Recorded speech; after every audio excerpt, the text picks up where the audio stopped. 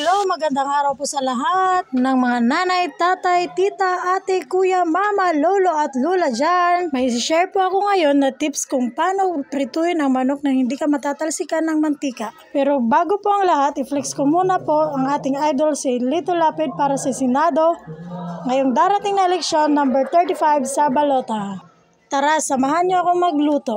Para matuto kayo, panoorin ang video to hanggang dulo. Ang una po natin gagawin ay i-marinate natin ng breading mix ang ating chicken. Hindi ko po inubos yung breading mix dyan kasi 3/4 lang na chicken ang iluluto natin. Ayan, i-marinate lang po natin sandali at yung tira naman ay gagamitin natin mamaya.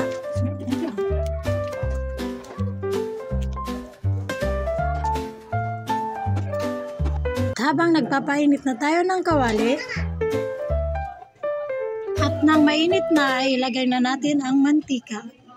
Kayo na ang bahala kung gaano kadami yung mantika na gagamitin nyo. At nang mainit na ang mantika, ilagay na natin yung natirang breading mix kanina na hinalo natin sa chicken. At pag nakita natin na nag-iiba na ang kulay niya, ay ilagay na natin yung chicken. At yan na medyo brown na siya, ay pwede na natin ilagay yung chicken. O diba, wala siyang tumatalsik na mantika. Hindi gaanong nakakatakot magprito kasi hindi siya tumatalsik. Dahil yan doon sa breading mix na inilagay natin kanina bago tayo nagprito.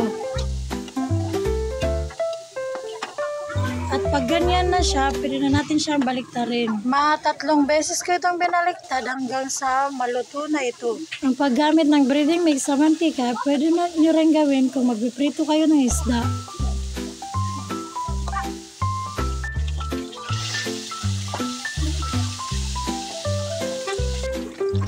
Ayan, luto na siya at pwede na itong hanguin.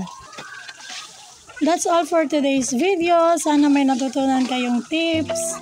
Salamat po sa panonood. Bye! Ingat po kayo palagi!